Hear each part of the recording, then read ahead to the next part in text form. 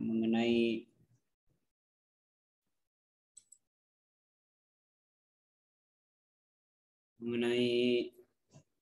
pengorbanan, dan insya Allah pada sore hari ini kita akan melanjutkan bab yang keduanya. Kalau sebelumnya bab pertama adalah ruh pengorbanan, ya. Kemudian insya Allah pada bab yang kedua ini kita akan mempelajari mengenai jenis-jenis pengorbanan.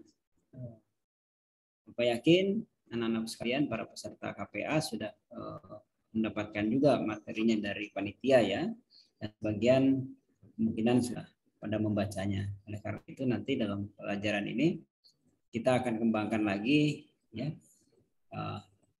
mungkin permasalahan-permasalahan yang dihadapi di lapangan, kenyataan yang ada, boleh dibahas bersama, dipertanyakan, ya, mengenai jenis-jenis pengorbanan ini. Baiklah, kita berdoa. Semoga apa yang akan kita sama-sama pelajari bisa mendapatkan keberkahan dari Allah Subhanahu wa taala dan karunia dari Allah Subhanahu wa taala berupa tambahan ilmunya. Berdoa dimulai.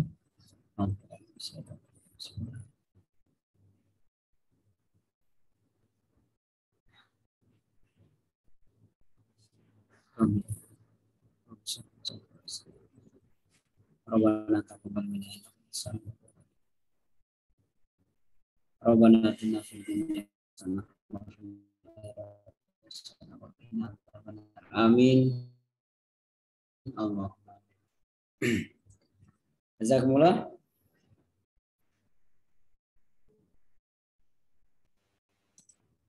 Baik, kita akan mulai pelajarannya. Bapak akan share dulu.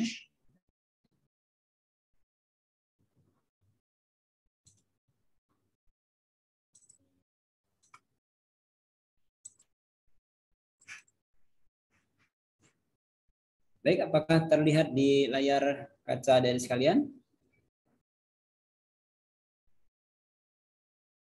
Assalamualaikum. Terlihat, Pak. Jazakumullah. Assalamualaikum warahmatullahi wabarakatuh. Asyhadu an la ilaha illallah wahdahu la syarikalah wa asyhadu anna Muhammadan abduhu wa rasuluh. Waalaikumsalam. Jazakumullah. Muhammadan abduhu wa rasuluh. Amma ba'du, fa'udzu billahi minasyaitonir rajim. Bismillahirrahmanirrahim. Allahumma shalli ala Muhammadin wa ala ali Muhammadin kama shallaita ala Ibrahim wa ala ali Ibrahim innaka Hamidum Majid. Allahumma barik ala Muhammadin wa ala ali Muhammadin kama barakta ala Ibrahim wa ala ali Ibrahim fil alamin innaka Hamidum Majid. Adik-adik sekalian, anak-anak sekalian, para peserta KPA 2022 yang dirahmati Allah Subhanahu wa taala. Alhamdulillah pada kesempatan yang penuh dengan berkah ini kita bertemu lagi dalam kegiatan KPA online usia 18 sampai 27. Insya Allah ini adalah bab terakhir dari materi yang akan kita sama-sama pelajari, sama-sama kita perdalam lagi, yaitu mengenai pengorbanan.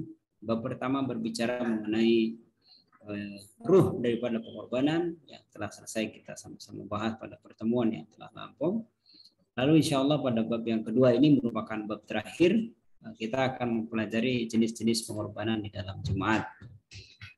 Mungkin di dalam sebagian besar anggota kita di Jemaat sudah tahu persis, ya, jenis-jenis pengorbanan apa saja yang ada di dalam Jemaat, dan tentu adik-adik sekalian, ya, anak-anak sekalian juga sebagian sudah semuanya, ya, sudah mengamalkan apa itu canda, apa itu kemudian canda amnya, canda wasiat, ya, tahrikul jadi, wakful jadi, dan sebagainya. Kemudian juga fitrah, zakat yang utamanya, ya, itu pasti sudah tahu. Nah, mungkin ada lagi hal-hal yang sifatnya lebih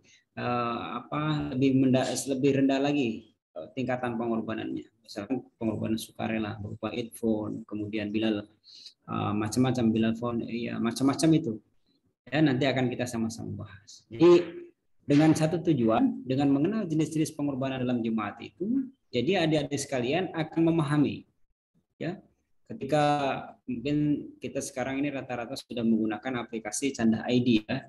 Di dalam Canda ID itu ketika kita klik aplikasinya akan muncul.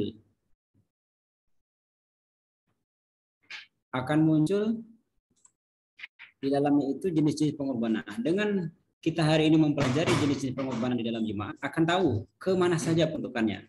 Ya, misalkan phone kemana, tahrik jadid arahnya kemana, wakfi jadid misalkan itu arahnya kemana, ya, dan lain sebagainya, uyutiham dan lain sebagainya. Itu dengan kita mengetahui itu, maka di dalam diri kita ketika mengklik aplikasi Canda ID itu, kita tahu pos-posnya itu kemana saja. Dana lokal dan sebagainya, arahnya kemana. Dengan begitu kita akan tidak bertanya-tanya lagi, oh ketika kita bayar canda, wah ini sebenarnya kemana, gitu ya, dikemanakan, diaplikasikannya kemana. Nah itu tujuannya tentu itu. Baik, kita akan mulai saja yang selanjutnya, ya. Baik, bisa dilihat di layar, masing-masing juga sudah membaca. Jadi jenis-jenis pengorbanan di dalam jemaat. Pengorbanan dalam jemaat itu terbagi menjadi dua kategori, yaitu pengorbanan wajib, ya, obligatori, yaitu obligatori berupa canda, dan pengorbanan sukarela atau superogatori canda, dan dapat dilihat pada analog berikut. Silakan perhatikan diagramnya. Besar lagi. Jadi analogi pengorbanan seorang Ahmadi dengan prioritas kewajiban pengorbanannya. Ini prioritas yang paling tinggi sebagai orang Islam adalah apa? Zakat. Zakat ini hukumnya wajib, zakat dan fitrah.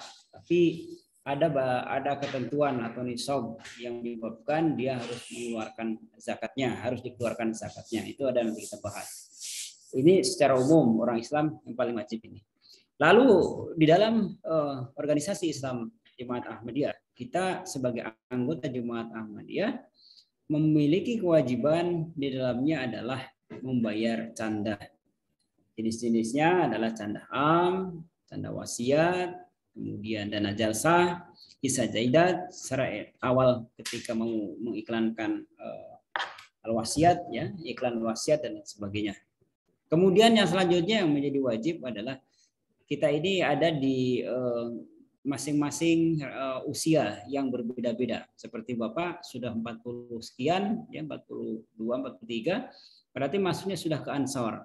Nah, Ansor itu masuknya ke badan-badan, ya misalkan 40 sampai ke atas itu Ansorullah. Jadi dalam jemaat ada namanya badan-badan seperti itu. Lalu kemudian di bawah 40 sampai ke 18, 17 ya, itu adalah hudam.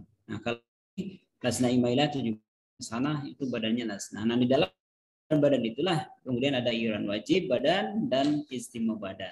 Nah itu sudah kita bisa bayangkan, berarti kewajiban kita sebagai anggota jemaat yaitu tadi canda, masjid dan sebagainya. Aplikasi Canda ID itu sudah otomatis, kita tidak perlu lagi menghitung berapa kisaran besarnya, ya kisar, karena sudah otomatis terhitung dengan aplikasi Canda ID itu. Kita klik hasilan kita, setelah nomor AI-nya terdaftar, penghasilan berapa, masuknya canda apa. Biasanya kalau sudah AI-nya ditulis, itu keluar apakah dia termasuk sudah wasiat atau belum, kan, dan Canda ID. Itu sangat memudahkan sekali. Jadi tidak perlu lagi menghitung berapa besar iuran wajib badannya, berapa istimewa. Itu biasanya langsung set sudah muncul. Tinggal kemudian selanjutnya pada prioritas yang terendah, ya prioritas paling rendah yaitu super ogatori canda. Di antaranya adalah headphone, tahrik jadid, wafid jadid, perjanjian lainnya, dan pengorbanan lainnya jika mampu dan untuk lebih meningkatkan keimanan agar mewajibkan dirinya. Jadi kembali kepada diri masing-masing. Ya, ketika sudah yang wajibnya di atas bisa terlaksana, yang ini adalah tambahannya. Biasa kalau sudah terbiasa dengan yang bawah ini, itu hampir semuanya dipenuhi oleh para anggota yang sudah dawam, yang sudah terbiasa membayar canda. Dan orang-orang yang telah memperoleh kenikmatan di dalam pengorbanan itu selalu menjadi bagian daripada pengorbanan ini tidak pernah terlepas biasanya. Apalagi kalau tahrik jadid dan wakfi jadid itu kan ada periodenya, ya masanya. Tahun sudah berjanji untuk kurun waktu 1 tahun sekian. Baik, kita akan bahas satu persatu mengenai pengorbanan wajib. Pengorbanan wajib yang pertama adalah mengenai zakat.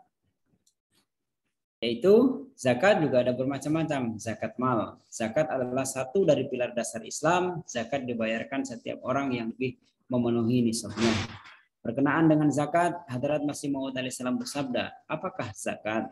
Ia diambil dari si kaya dan diberikan kepada si miskin. Ia mengajarkan tingkat tertinggi dari simpati umat manusia. Jadi dengan berkumpulnya si kaya dan si miskin, umat muslim memperoleh kekuatan. Merupakan suatu keharusan bagi si kaya menolong si miskin, dan bahkan kalaupun tidak demikian, itu adalah tuntutan simpati manusia untuk melakukannya. Menjelaskan pentingnya zakat, Hadrat Khalifatul Masih Al-Khamis Abdul Ta'ala bin Nasril Aziz bersabda, ada sebagian katanya orang di dalam jemaat yang beranggapan bahwa institusi dalam zakat belum terbentuk di dalam jemaat kita ini, dan kita tidak menaruh perhatian yang semestinya terhadap hal tersebut. Institusi zakat telah terbentuk di dalam jemaat dan mereka yang wajib membayar zakat harus membayarnya. Penting dan wajibnya zakat tidak pernah diingkari oleh siapapun. Oleh karena itu, saya menghimbau kepada orang-orang yang diwajibkan zakat agar mereka wajib membayar zakat. Dan ia juga wajib bagi khususnya para wanita yang memiliki perhiasan emas, zakat wajib atas emas tersebut. Zakat wajib dilakukan oleh seorang muslim ketika hartanya telah memenuhi syarat-syarat tertentu atau memenuhi nisabnya, ya, dan waktunya. Jadi tidak hanya cukup nisabnya saja yang memenuhi syarat, ya. Misalkan emasnya sudah cukup dengan jumlah sekian-sekian, nanti di bawah akan kita bahas. Tapi juga waktu penyimpanannya itu juga ada syarat-syaratnya, ya. Jadi tidak hanya cukup jumlahnya pas, tetapi waktunya belum cukup, belum sempurna sampai 1 tahun, itu tidak termasuk. Harus keduanya sudah pas jumlahnya, harta yang mesti bisa dikeluarkan zakatnya, nisabnya. Kemudian juga sudah 1 tahun barang tersebut tidak kemana-mana, tidak digunakan, tersimpan begitu. Nah, dia harus mengeluarkan zakatnya. Selanjutnya adalah macam-macam penghasilan, seperti dari hasil pertanian, sayur-sayuran atau buah-buahan, hasil pertambangan, hasil laut, hasil perdagangan atau perniagaan, hasil peternakan, hewan ternak, dan lain-lain. Ini mungkin tidak kita bahas semua, ya. Ini bisa dicari di dalam fikih macam-macam mazhab, itu bisa dilihat. Kita sekarang ini sudah canggih, ya, dari sekalian. Nah, kalau yang biasa menjadi orang yang bisa membaca, bisa dari buku-buku di Gramedia atau perpustakaan, bisa lihat-lihat. Atau mungkin kalaupun sekarang kan lebih mudah, via internet bisa dicari fikih 5 mazhab atau begitu, macam-macam. Ini bisa di sana nampak berapa kalau kambing, kalau binatang ternak, hewan ternaknya berapa mesti keluar nisabnya setelah usia berapa dan sebagainya, itu banyak. Kita mungkin tidak sampai membahas detail itu, ya. Kemudian harta temuan, ya, bisa saja dia menemukan harta karun, mungkin, ya, bisa jadi ketika banyak kan, ya, katakanlah menemukan emas atau apa dan sebagainya. Ini kita tidak bahas, nanti bisa dicari juga yang ini, ya. Kemudian perak dan emas. Beberapa fakta penting mengenai zakat. Yang pertama adalah nisab dari perak adalah 52,5 tola dan dari emas adalah 7,5 tola. Misalkan seorang yang memiliki 52,5 tola perak atau 7,5 tola emas harus membayar 2,5% dari nilai totalnya sebagai zakat, ya.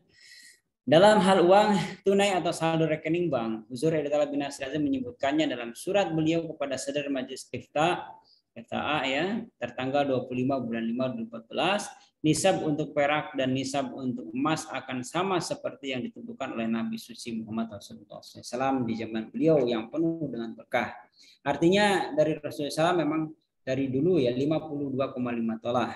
Dari emas adalah 7,5 tolah kalau emas. Kemudian sejauh menyangkut katanya nisab untuk uang tunai atau saldo tabungan, sebagian besar masyarakat dunia sekarang telah mengadopsi emas sebagai standar moneter.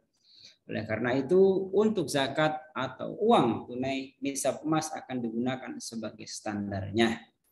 Yang ketiga, zakat menjadi wajib ketika nisab tersebut di atas tetap, ya, ada pada seseorang selama kurang lebih 1 tahun.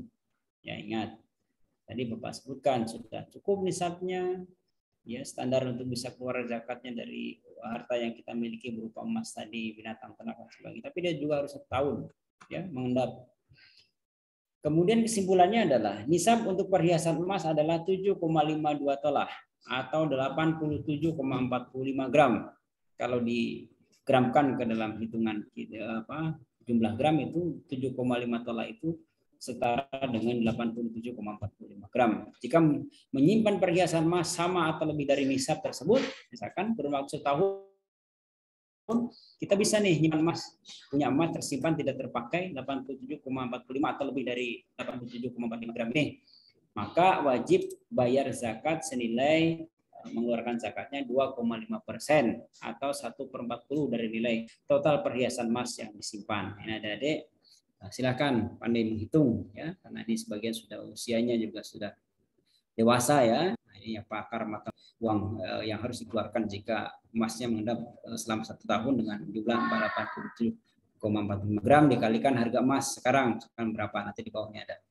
Nisab untuk perhiasan perak adalah 52,5 tola atau 612,15 gram.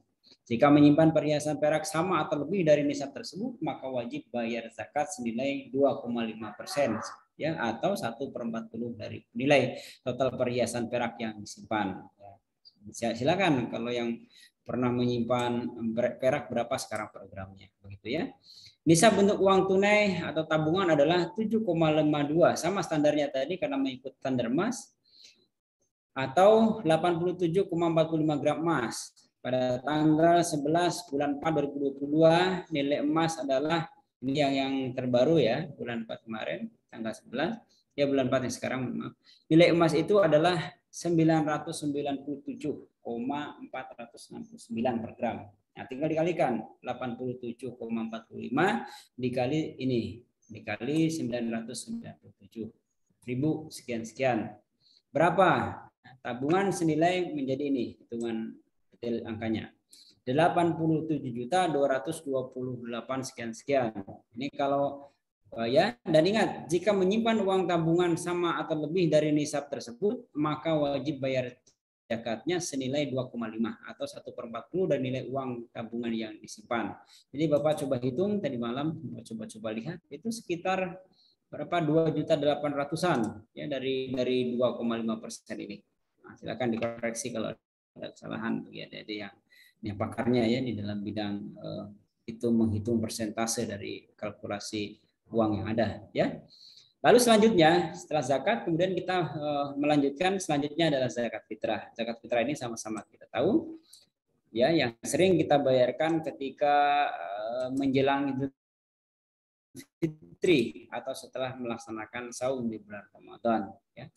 Mari kita lihat, zakat yang wajib dilakukan oleh zakat fitrah adalah zakat yang wajib dilakukan oleh semua orang muslim, laki-laki, perempuan maupun anak-anak, bahkan bayi yang baru lahir ya, kita sudah terbiasa itu.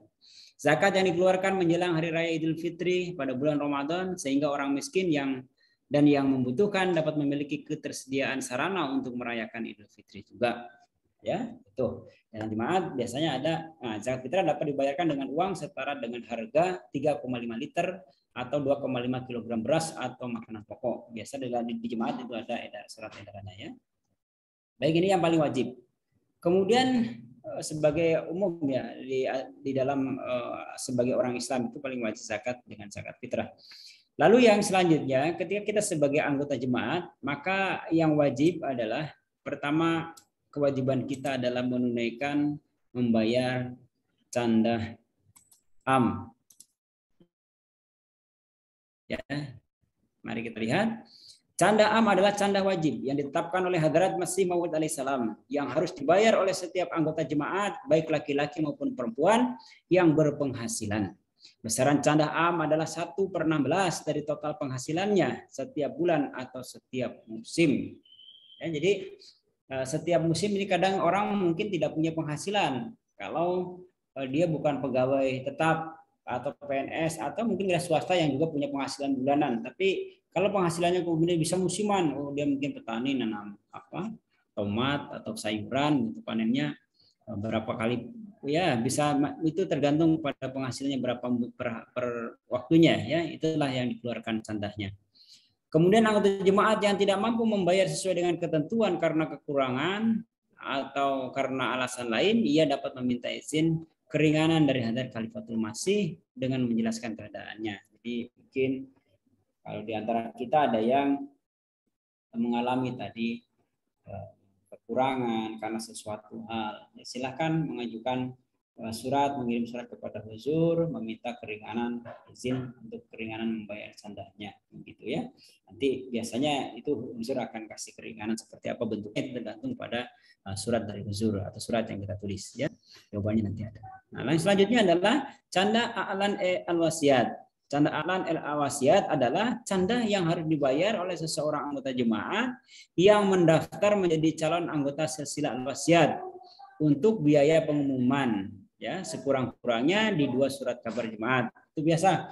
Nanti adik-adik sekalian kalau di cabang masing-masing yang belum wasiat mau membayar al-wasiat, silahkan tanya kepada pengurus al-wasiat masing-masing. Nanti akan dijelaskan dengan detail, dikasih formulirnya, dikasih ketentuannya seperti apa ya, detail.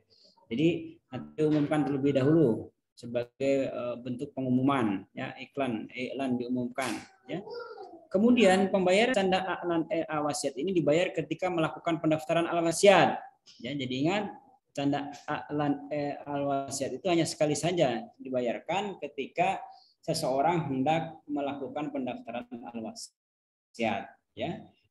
Nah, ketika dia sudah masuk ke dalam silsilah al-wasiat yang sudah mendapatkan nomor wasiat dari huzur, ya, dari pusat sana al-wasiat sekretaris di pusat di Pakistan, nanti kita masuk ke tingkat selanjutnya yaitu canda hisa amad. Ya, jadi canda hisa amad ini adalah, kita lihat, canda yang wajib dibayar oleh seorang musiah atau musi atau musiah anggota al-wasiat yang sudah terdaftar minimal adalah besarannya 1/10. Kalau canda am kan tadi 1/16. Ya, kalau ini 1/10. Dan maksimal 1/3 setiap bulan dari penghasilan atau setiap musim penghasilannya bagi mereka yang penghasilannya musiman. Ya, jelas ya. Jadi silahkan masing-masing bisa mengukur kemampuannya. Oh, saya masuknya musiman nih Pak, bukan bulanan. Ya, bisa jadi musimannya bulanan, bisa saja silahkan. Ya, tergantung kepada panennya atau hasilnya per berapa bulan. Nah, silahkan keluarkan. Selanjutnya, jika seorang musi atau musiah tidak mampu membayar canda hisa amad sesuai ketentuan karena kesulitan yang hebat, maka ia lebih baik membatalkan al-wasiatnya. Ya, jadi bagusnya ketika dia memang tidak mampu, ya sampaikan saja, berkirim surat juga kepada huzur, bagaimana yang tidak mampu bayar candanya. Ya, ini nanti lebih detailnya bisa ditanya ke sekretaris al-wasiat masing-masing cabangnya, ya. Di sini hanya secara sepintas saja. Jadi bagusnya begitu. Mungkin kesulitan yang hebat, ya. Ingat kesulitan yang hebat sehingga dia tidak mampu. Karena ketika canda wasiat itu tidak terbayarkan sampai berturut-turut, biasanya itu menjadi tunggakan dan harus dibayar, begitu. Biasanya begitu. Nah, setelah kemudian dia membayar canda hisa amad, ya, selanjutnya adalah canda hisa jaidat. Nah, canda hisa jaidat itu seperti apa? Mari kita lihat. Canda hisa jaidat adalah canda yang wajib dibayar oleh seorang musi atau musiah dari harta bendanya, baik harta yang bergerak maupun yang tidak bergerak. Besarannya 1/10 atau maksimal 1/3. Ya, dari nilai total harta bendanya yang telah ditaksir sesuai sesuai harga pasaran di lokasinya, dibayarkan kepada jemaat untuk kepentingan agama Islam. Nah, bentuk harta benda yang harus dibayarkan, misalkan harta warisan yang sudah menjadi hak mutlak musi atau musiah, atau harta yang diperoleh oleh musi atau musiah baik dengan cara dibeli tunai maupun dengan cara angsuran. Jadi misalkan ini masih angsuran tapi sudah harta dia, mau bergerak atau tidak bergerak, misalkan tanah kan tidak bergerak. Ya, misalkan mobil, ya. Di sini tidak dicontohkan.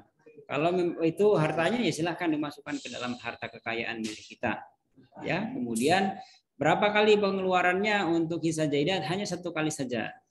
Ya, di awal atau silakan itu pembayarannya bisa dicicil atau bisa langsung. Misalkan nih, kita ketika sudah berwasiat, kita punya tanah dimasukkan ke data, kita punya tanah dengan taksiran harga pada saat ini misalkan 50 juta misalkan. Tinggal 1/10-nya berarti 5 juta kan. Silakan bagaimana caranya mengeluarkan canda hisa jaidatnya. Ya, hisa jaidatnya itu sekali saja. Jangan 2 kali udah dibayarin nanti dia dibayar, tidak seperti itu, sekali saja. Kemudian ini yang tadi kita bahas, dapat dibayar lunas pada saat musi atau musia wafat atau dapat dicicil semasa musi atau musia masih hidup. Silakan. Ya, bagusnya kalau saran Bapak-bapak, saran kami ya sebagai ya mubalik biasanya bagusnya ketika masih hidup. Ya, karena kalau sudah wafat ini kan yang melanjutkan yang harus membayar adalah ahli warisnya, begitu ya. Oleh karena itu bagusnya ketika si almarhumah si musiah itu masih hidup baru membayarkan canda hisa jaidatnya. Bisa dengan baik. Selanjutnya adalah canda jalsa salanah. Canda jalsa salanah adalah canda yang harus dibayar baik oleh musi atau musiah ya yang membayar hisa amat dan juga oleh para anggota jemaah laki-laki dan perempuan. Nah, ini maksud Bapak tadi ketika kita mengerti ya memahami jenis-jenisnya, jadi kita tahu oh kemana nih canda jasa salanah. Ya, yang berpenghasilan yang membayar canda misalkan canda jasa salanah itu ketika ada pertemuan dulu sebelum masa pandemi kita bisa ketemuan misalkan di Indonesia pusatnya di Parung ya tahun 2000-an itu masih bisa. Tapi ketika tahun 2005 ke sini agak sulit sehingga dipecahlah menjadi jalsah per wilayah. Ya, dari mana dananya ya? Dari ini. Dari canda masing-masing anggota yang diberikan kepada jemaat. Besarannya 1/120 dari pendapatan tahunan atau 1/10 dari total penghasilan per bulan. Ya, silakan ini yang biasa menghitung bagi adik-adik, dihitung berapa besarannya ya. 1 kali dalam setahun atau dicicil setiap bulan. Jika dibayarkan per bulan, maka perhitungan adalah 1/120 dari total penghasilannya per bulan. Nah, ini untuk canda jasa. Kemudian pengorbanan sebagai anggota badan. Nah, dalam saya Bapak katakan tadi ada ansor, ada udam, ada lasna. Ya. Ada namanya pengorbanan sebagai anggota badan. Sebagai anggota badan apa saja? Iuran badan. Iuran ini wajib sebagai anggota suatu badan ansarullah, lazna, imailah, hudam, besarannya ditetapkan dalam majelis syuro tahunan badan. Biasanya itu yang menetapkan dari syuro badan. Ada majelis syuro lazna imailah, hudam, majelis syuro ansor, itu di sana dibahas yang menentukan dari badan itu. Dana yang digunakan untuk pelaksanaan istimewa tahunan badan, besarannya ditetapkan dalam majelis syuro tahunan badan. Ya, jadi ada dua ini, iuran badan dan dana istimewa badan itu ditentukan oleh majelis syuro badan masing-masing. Nah, yang terakhir adalah mengenai pengorbanan sukarela. Baik, sebelum kita melanjutkan kepada pengorbanan sukarela di mana merupakan taraf yang paling terakhir atau paling rendah mengenai jenis-jenis pengorbanan di dalam jemaat, kita akan buka sesi tanya jawab dulu biar tidak ngantuk ya. Nah, ini Pak Mubalik yang ceramah terus, kasihan adik-adik yang mendengarkannya bosan. Pak Mubalik ingin nanya ini. Silahkan kita bahas bersama-sama ya. Baik, saya buka forum tanya jawab. Silahkan. Yang mau bertanya bisa di kolom chat, juga bisa langsung raise hand ya.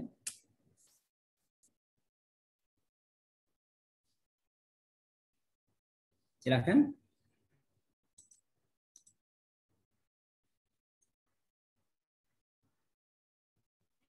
Silakan yang mau bertanya dari kelas Nasir 3 ya.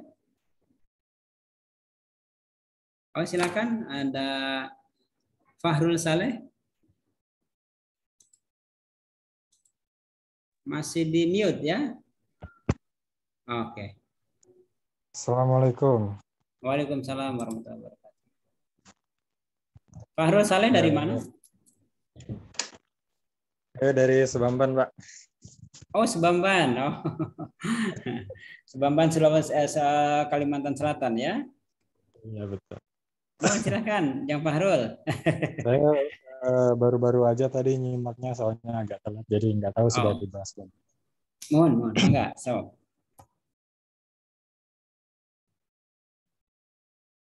Apa yang mau ditanyakan?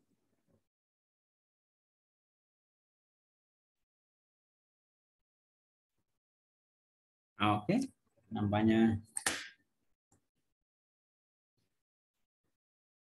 Yang lain silakan. Ini Pak Mas Fahrul memang baru menyimak, ya insya Allah. Silakan Fahrul, mau ada yang ditanyakan? Tadi Pak tentang pengorbanan yang bisa dibayarkan per bulan dan per musim gitu ya. Mohon, ya. Kalau per musim itu berarti gimana pembayarannya? Hanya Ya. padi 3 bulan sekali gitu ya. Ya. Dan itu nggak masuk di dawam dong. Soalnya 3 bulan sekali. Ya, tidak, dia termasuk dawam karena memang penghasilannya musiman. Maka pertanyaannya adalah sekarang kita dapat uangnya itu musiman atau setiap bulan atau mingguan. Kalau seorang pekerja misalkan tukang kan biasa tuh macam-macam. Ada yang harian, ada yang mingguan, ada yang bulanan dan sebagainya. Nah, itu termasuk dawam. Jadi tergantung daripada dia mendapatkannya. Begitu ya.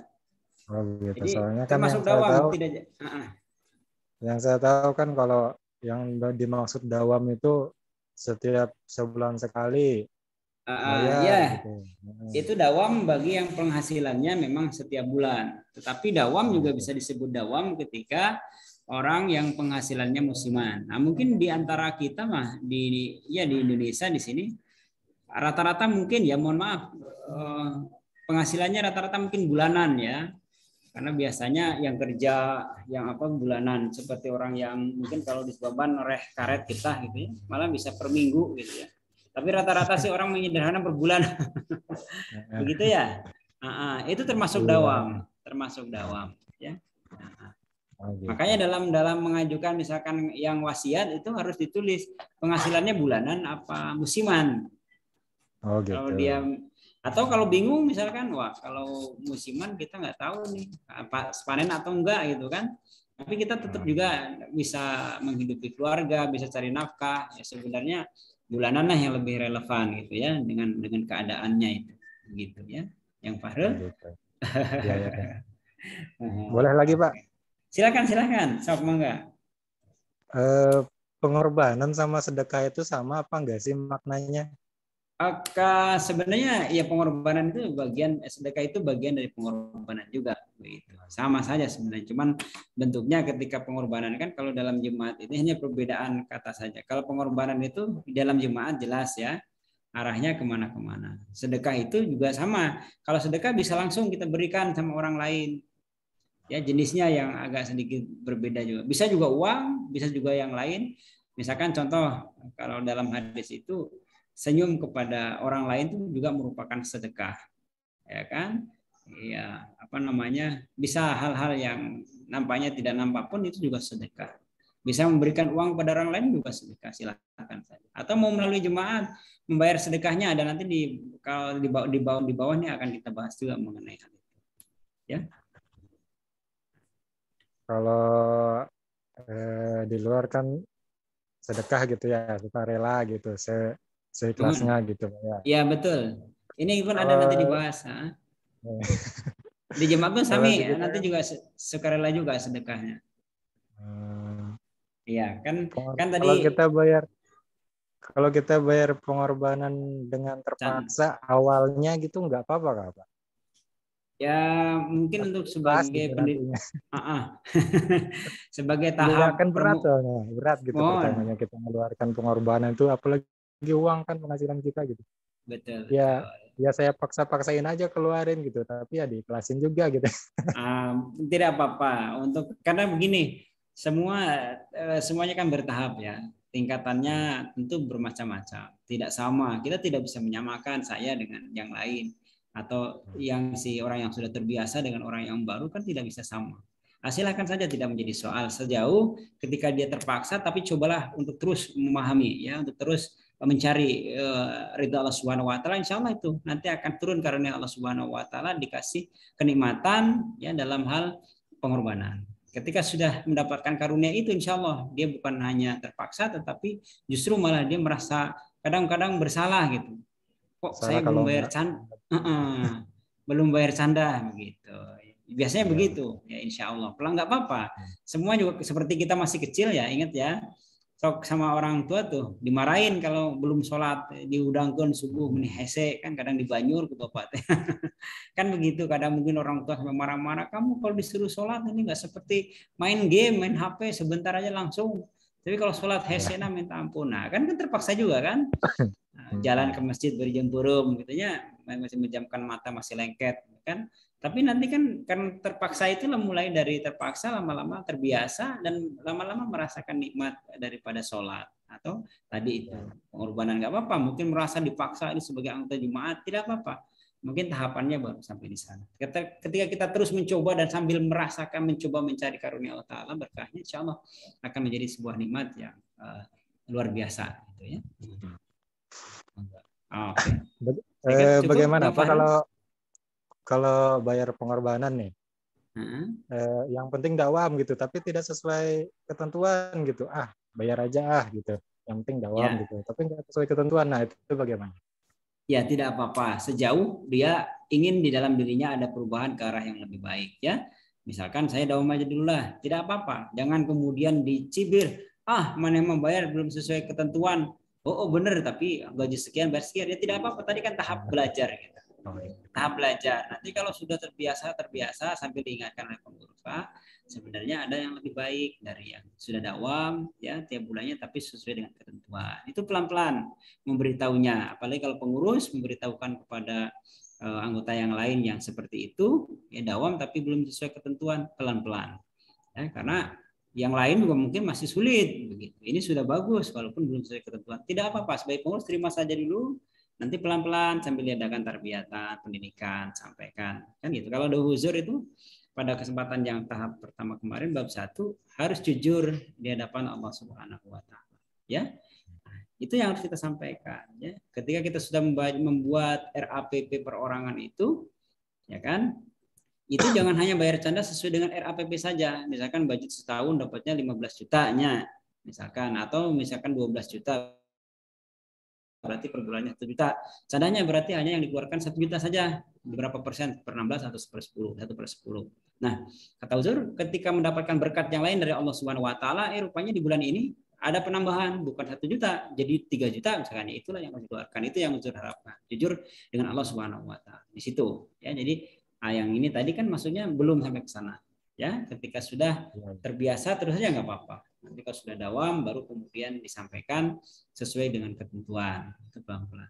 Oke, cukup yang Farul? Iya, Pak. Nah, ini ada ini ada Mas Mulyono yang sudah raise hand ya. Silakan. Mas Mul. Kita ganti beri kesempatan kepada yang lain yang Farul ya. Silakan Mas Mul, ada pertanyaan?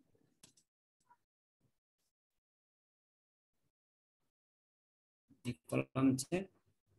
Baik, izin bertanya, apakah untuk 28145?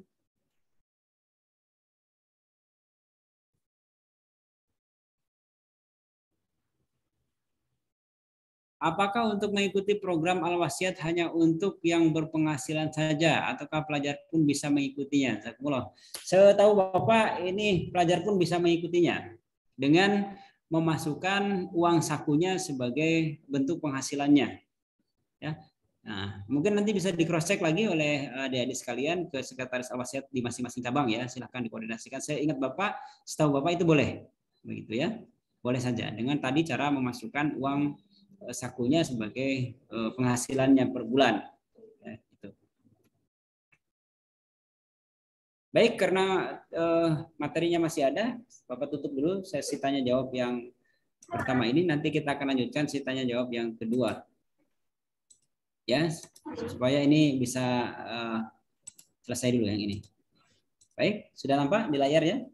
Nah, kita lihat pengorbanan tahrik jadi pengorbanan sukarela. Pengorbanan sukarela itu terdiri dari tahrik jadid. Latar belakang adanya gerakan anti Ahmadiyah yang dimotori oleh Majelis Ahrar dan gerakan setiap hari terus-menerus yang meningkat dan meluas di seluruh India serta menjurus ke tindakan anarkis. Puncaknya pada bulan November 1934, sekitar 200 ulama disertai massa mendatangi pusat Jemaat Ahmadiyah di Qadian dengan tuntutan agar Jemaat Ahmadiyah bubar dan menghentikan segala kegiatannya. Mereka ingin Jemaat Ahmadiyah lenyap dari permukaan bumi ini. Ya. Dalam menanggapi tuntutan para mullah tersebut, Hadrat Khalifatul Masih kedua radhiyallahu ta'ala anhu mengumpulkan para anggota jemaat di Masjid Aqsa. Lalu beliau mengumumkan sebuah gerakan pengorbanan yang beliau namai Gerakan Tahrik Jadid, yaitu gerakan baru. Gerakan baru ini tujuannya adalah untuk menyebarluaskan Islam dan jemaat ke seluruh penjuru pelosok dunia. Pengorbanan Tahrik Jadid dibayar berdasarkan perjanjian untuk 1 tahun. Nah, dimulai setiap tanggal 1 November dan berakhir pada tanggal 30 Oktober setiap tahunnya. Pembayaran ini dapat diangsur setiap bulan. Jadi saudara, ada pengorbanan Tahrik Jadid itu apa? Latar belakangnya ini. Ketika para mullah yang tidak menghendaki adanya Ahmadiyah di Qadian meminta agar Ahmadiyah dibubarkan dan sebagainya, maka Hadrat Khalifatul Masih yang kedua radhiyallahu anhu memberi sebuah gerakan Tahrik Jadid, gerakan baru, yaitu jemaat ini kalau ditekan di sini kita harus keluar, ya. Keluar dakwah ke seluruh penjuru dunia, yaitu dengan cara mengirimkan para dai, para mubalik seluruh dunia. Nah, tentu ini memerlukan dana. Dari mana dananya? Yaitu dari gerakan Tahrik Jadid ini. Ya, perjanjiannya ini sesuai. Jadi sejarahnya itu. Jadi jawaban itu berdasarkan wahyu dari Allah Subhanahu wa taala yang diterima oleh Hadrat Khalifatul Masih yang kedua. Lalu yang selanjutnya adalah gerakan Waqf Jadid, didirikan oleh Hadrat Khalifatul Masih yang kedua radhiyallahu anhu pada tahun 1957 dengan tujuan untuk mendanai dan menyokong kegiatan taklim, tarbiyat dan pendidikan dan pelatihan anggota jemaat di pelosok-pelosok dan pedalaman India. Di samping juga untuk menegakkan tauhid dan mengcounter gerakan Hindustani yang oleh orang-orang Islam di pedalaman India, ya. Diikuti oleh seluruh anggota jemaat baik pria maupun wanita dan anak-anak, dan dibayar menurut perjanjian untuk 1 tahun mulai setiap tanggal 1 Januari dan berakhir pada tanggal 31 Desember setiap tahunnya. Jadi jelas kegiatan Waqf Jadid itu bergerak untuk tujuan mendanai dan menyokong kegiatan taklim, tarbiyat dan pendidikan pelatihan anggota-anggota di jemaat pelosok, ya. Itu. Kemudian yang selanjutnya, maksud Bapak tadi di awal Bapak sampaikan supaya ada anak sekalian paham sedikit banyak mengenai jenis pengorbanan sukarela ini, sehingga jadi ketika membaca tahu, ya, dana Waqf Jadid ini, Tahrik Jadid ini, dana Nusrat Jahan juga demikian. Apa itu? Ya, anakan dari di bawah pengaturan gerakan Tahrik Jadid dinamai dana persediaan Nusrat Jahan, dicanangkan oleh Hadrat Khalifatul Masih yang ketiga pada bulan April 1970 saat kunjungan beliau ke Gambia, Afrika Barat. Beliau mendapatkan ilham ilahi 100.000 pound sterling harus dibelanjakan untuk kesejahteraan negara-negara di Afrika. Ya, kita lihat di Afrika itu kemajuan jemaat sangat pesat, ya, diserukan bagi para anggota laki-laki, perempuan, anak-anak seluruh dunia. Untuk pengorbanan harta untuk pembangunan rumah-rumah sakit dan sekolah-sekolah di negara Afrika. Para dokter, guru-guru agar mengabdikan dirinya untuk berkhidmat di negara-negara Afrika. Ya, termasuk Hadrat Khalifatul Masih Al-Khamis adalah salah satu, ya, tenaga ahli di bidang pertanian. Ya, beliau menjadi sarjana pertanian, berhasil menanam gandum di Afrika itu dari program ini. Ya, sebelum dia mendapatkan karunia, mendapatkan memangku jabatan sebagai khalifah. Ya. Dan ini sifatnya ada sukarela. Kita lihat rumah sakit pertama dibangun di Kokufu. Nah, ini bagaimana kalau ada buka sejarahnya di Afrika, jemaat kita masuk itu luar biasa. Kita sekarang sudah punya rumah sakit, punya sekolahan-sekolahan yang bertaraf internasional, ya, yang artinya bisa mengkanter keperluan-keperluan daripada masyarakat atau rakyat di Afrika sana, ya, di beberapa tempat. Kemudian dana MTA. Nah, jadi ketika di Canda ID itu muncul, MTA untuk apa? Nah, jadi bisa melihat kemana dana MTA itu. Dana MTA adalah pengorbanan yang dibayar oleh para anggota jemaat untuk mendukung operasional siaran tablik, taklim, dan tarbiyat melalui siaran Muslim Televisi Ahmadiyah atau MTA. Pada mulanya tahun 1991 siaran MTA hanya beberapa jam saja setiap harinya karena keterbatasan dana operasional siaran. Dengan adanya dana MTA beberapa tahun kemudian hingga sekarang MTA menyiarkan siaran langsung 24 jam setiap hari ke seluruh penjuru dunia dengan menggunakan beberapa satelit digital. Seluruh anggota jemaat pria, wanita maupun anak-anak turut ambil bagian dalam pengorbanan ini. Jadi secara tidak langsung ketika kita melihat ini, tentu kita tersirat dalam pikiran kita, rupanya MTA ini melakukan dakwah ke internasional, ya, penjuru dunia menyampaikan ajaran Islam yang luar biasa. Coba bayangkan, ya, dana MTA ini untuk siaran bukan kecil, ya, sangat besar sekali. Pernah di pertemuan awal Bapak pernah bertanya kepada adik sekalian, silahkan searching di Google berapa satu stasiun televisi untuk bisa mengudara, misalkan di Indonesia saja, Metro TV, misalkan Kompas TV, silakan dilihat berapa dana per jamnya untuk bisa siaran mengudara di Indonesia itu dananya. Maka mereka ada sponsor kan supaya bisa terdanai itu. Bayangkan kita MTA mengudara seluruh dunia dengan sewa berapa satelit itu. Sekarang alhamdulillah kita punya TV MTA 3 Al Arabiah yang di dalamnya sekarang sudah mulai diisi oleh program-program Indonesia ya, yang berbahasa Indonesia. Ini karunia yang sangat besar. Saudara-saudara kita yang lain masih ribut itu mau mendirikan stasiun televisi belum mampu, yang berbasis Islam itu tidak ada. Ini Muslim TV Ahmadiyah sungguh karunia yang sangat luar biasa dari Allah Subhanahu wa taala ya. Jadi ketika kita membuka Canda ID, klik keluar itu MTA, adik-adik tahu apa itu isinya MTA, tujuannya ke arah mana ya. Jadi tergugah hatinya untuk senantiasa menyalurkan sumbangan pengorbanan sukarelanya ya. Hingga sekarang MTA menyiarkan siarannya 24 jam setiap hari ke seluruh penjuru dunia dengan menggunakan beberapa satelit digital. Seluruh anggota jemaat naik tadi ya. Lalu yang selanjutnya adalah Buyutiham. Buyutiham artinya rumah-rumah terpuji, yaitu gerakan pengorbanan yang dicanangkan oleh Khalifatul Masih keempat rahimahullah alaihi pada tahun 1982.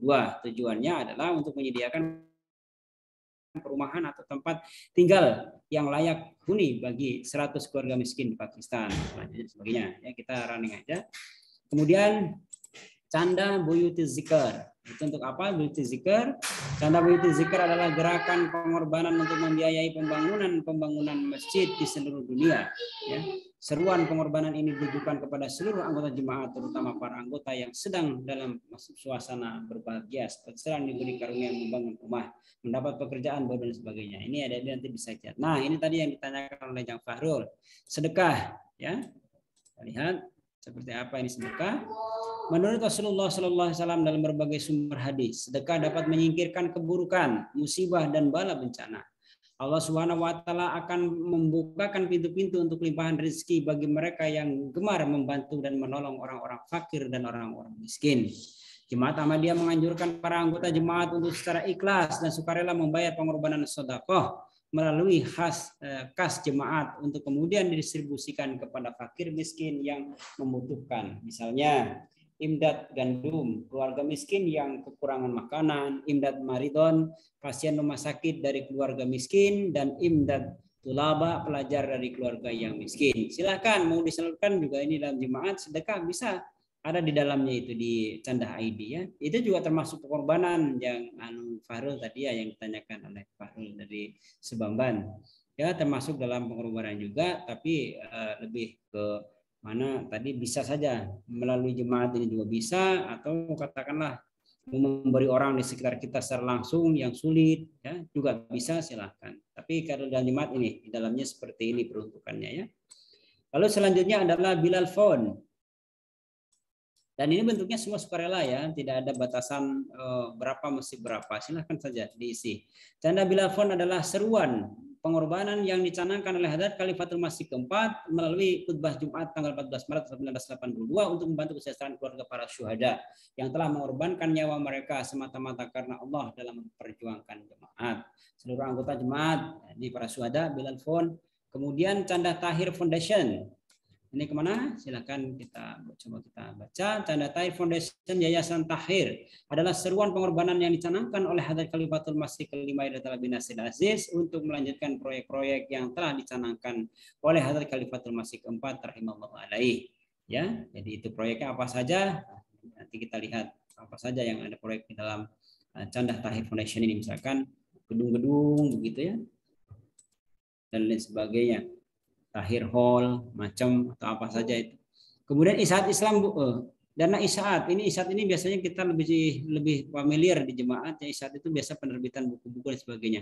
Isaat Islam bukan semacam iuran yang harus dibayar oleh para anggota jemaat, melainkan seruan pengumpulan dana untuk percetakan buku-buku, selebaran, brosur dan semacamnya untuk syiar Islam. Ya, seruan ini ditujukan kepada mereka yang memiliki simpanan di bank yang simpanannya telah berbunga, agar bunga di simpanan itu tidak digunakan untuk keperluan lain, lebih-lebih lagi dikonsumsi, melainkan hendaknya diserahkan kepada jemaat khusus untuk membiayai siaran. Nah, dalam pertemuan yang sebelumnya pernah ada pertanyaan bagaimana dengan bunga yang ada di bank, bagusnya bagaimana ya? Rupanya ini ada solusi yang terbaik dalam jemaat. Silahkan diberikan ke dalam dana isyaat, terbitkan buku-buku ya untuk penerbitan buku.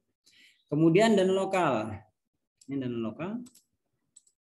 Dana lokal ini adalah dana untuk melayani kebutuhan jemaat di cabang tertentu, cabang kita masing-masing. Selain pengorbanan wajib, para anggota jemaat juga hendaknya membantu dan mendukung pengumpulan dana untuk keperluan di cabang masing-masing dengan ketentuan di antaranya. Dana lokal tidak boleh diterima dari anggota yang menunggak dalam pembayaran candahnya yang wajib dibayarnya atau dari anggota yang pembayaran candahnya tidak sesuai dengan ketentuan. Dan lokal hanya boleh dikumpulkan dari para anggota yang ada di cabang tersebut, harus diperoleh izin dari Amir Nasional jika harus memungut dana lokal dari anggota di luar cabangnya. Ya, sama sekali dilarang memungut dana lokal atau donasi tanpa kwitansi.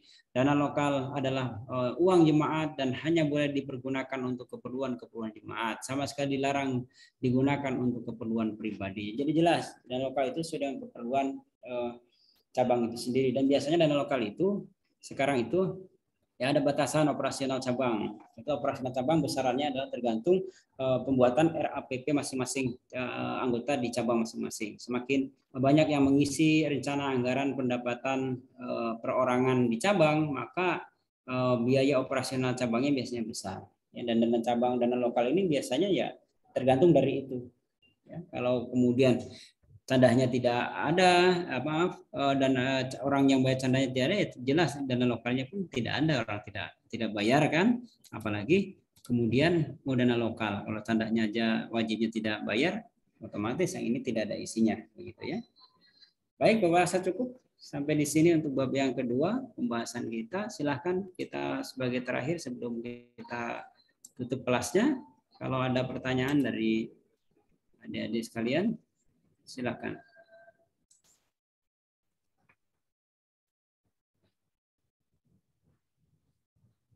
Baik, Siti Aisyah, raise hand.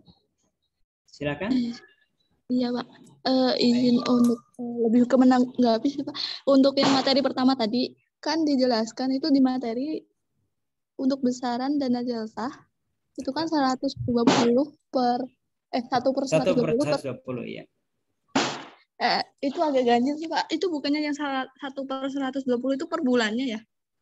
Ya, per bulannya, bisa juga per anunya, per tahunnya. Kalau per tahunnya itu maksudnya, silakan. Iya, berarti kalau yang di materi itu terbalik, Mbak. Terbalik ya? Mau koreksi, mungkin ada kesalahan ini. Mana yang mana ya? Tunggu. Apa tadi ya? Ya, maksudnya memang tadi Bapak bilang silahkan dikoreksi apabila ada yang tidak tepat ya, karena memang Bapak hanya menyampaikan saja ini. Nanti sebenarnya kalau dana jalsa ini ya, jalsa ya. Nah, yang ini ya. Kalau dana candah jasa itu biasanya kalau kita klik di aplikasi itu di Google, di Candah ID itu biasanya otomatis ya. Ya, otomatis tidak perlu kita menghitung lagi biasanya. Yang ini maksudnya ya, Aisyah ya. Nah, ini ya. Besarannya 1 per 120 dari pendapatan tahunan atau 1 per 10 dari total penghasilan per bulan. Gitu ya? Balik kayaknya, Pak. Oh, ya, balik ya. Nanti kita ini lagi. Bagus masukannya, jazakumullah ya. Oh, oke, Pak. Kalau di aplikasi biasanya tidak perlu menghitung lagi, itu sudah keluar, itu termasuk dalam candah wajib bagi anggota jemaat. Ya, ketika sudah klik candah ID, nomor AIM, kemudian klik masuk ke mana, apakah ke wasiat atau candah am, Anda sudah berwasiat begitu, nanti tulis besarannya, itu langsung sudah besaran tunjangannya atau gajinya per bulan, nanti ke bawah itu sudah nyusun, hanya tinggal yang sukarela itu biasanya yang harus diisi oleh kita ya. Jadi tidak repot lagi menghitung sebenarnya. Baik, ada lagi yang lain? Silakan.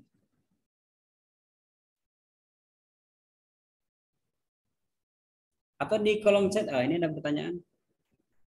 Izin tanya Pak tentang candah musiman, bagaimana candahnya bagi petani yang gagal panen karena setelah ditotal pengeluarannya jadi minus, sedangkan maksud hati ingin bayar candah. Ya, ini di luar daripada dugaan kita ya, rencana kita. Oleh karena itu ya kalau yang seperti itu ya tinggal dibilang saja kepada pengurus kami gagal panen, ya bagaimana kalau yang seperti itu kan itu di luar prediksi kita begitu ya. Terjadi itu ya. Nah, artinya itu ya banyak-banyaklah memohon pada Allah Subhanahu wa taala agar tahun depan dan selanjutnya bisa berhasil ya. Bisa. Ya begitu, itu mah yang canda musiman. Biasanya sih insya Allah kalau kita yakin, kita diurus dengan benar tanamannya, insya Allah kegagalan itu akan kita bisa minimalisir. Ya walaupun bisa jadi itu tidak tidak mungkin terjadi. Maksudnya bisa saja terjadi, ya. Tapi mungkin lebih kecil kemungkinannya kalau kita betul-betul menjaganya dengan benar, kecuali faktor alam ya. Katakanlah kena gempa bumi, longsor hingga hancur tanamannya, kan itu di luar dugaan kita. Hanya seperti itu mah ya itu niat kita kan sudah bagus ya, Allah alam. Artinya kehendak Allah itu mah. Kita tinggal banyak memohon pada Allah bagaimana perlindungannya. Semoga di tahun yang selanjutnya, musim selanjutnya bisa membayar. Mungkin itu dari Mas Mul ya. Mas Mul 4052. Monggo yang lain. Waktunya 5 menit lagi sebelum kita selesai di kelas 3 untuk bab 2 ini, bab terakhir ya. Kita tidak bertemu lagi untuk terakhir kali ini. Silakan sambil mengisi daftar hadir ya. Hanya cukup memasukkan nomor AIM-nya saja. Silakan yang lain, ada yang bertanya lagi?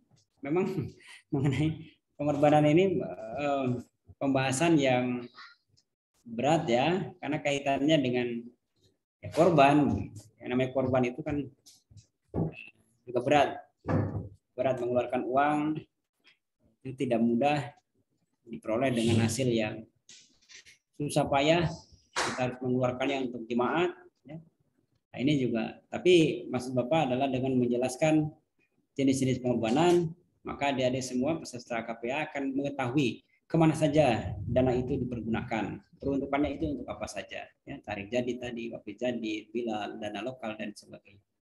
Di awal bab kita menjelaskan bahwa tidak ada organisasi di dunia ini sekecil apapun yang tidak menggunakan dana untuk keberlangsungan organisasinya, nah, termasuk ya kita jemaat ini ya. Silakan yang lain, yang baru bergabung mungkin.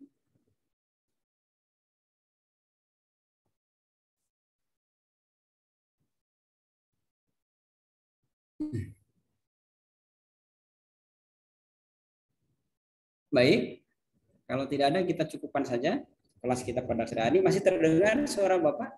Suara saya, adik-adik sekalian, anak-anak sekalian? Masih, Pak.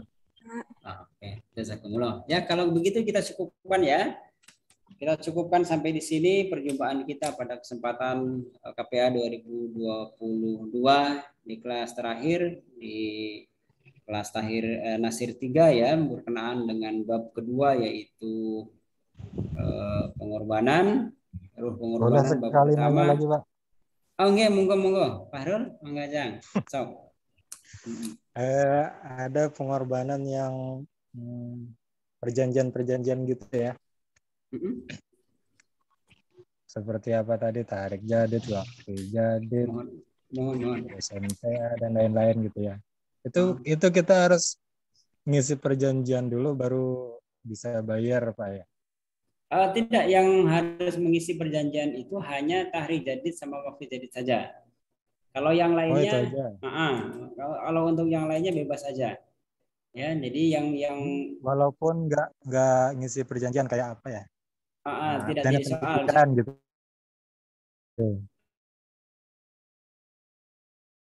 Tapi dibayar nggak apa-apa gitu. Dibayar tidak apa-apa, ya.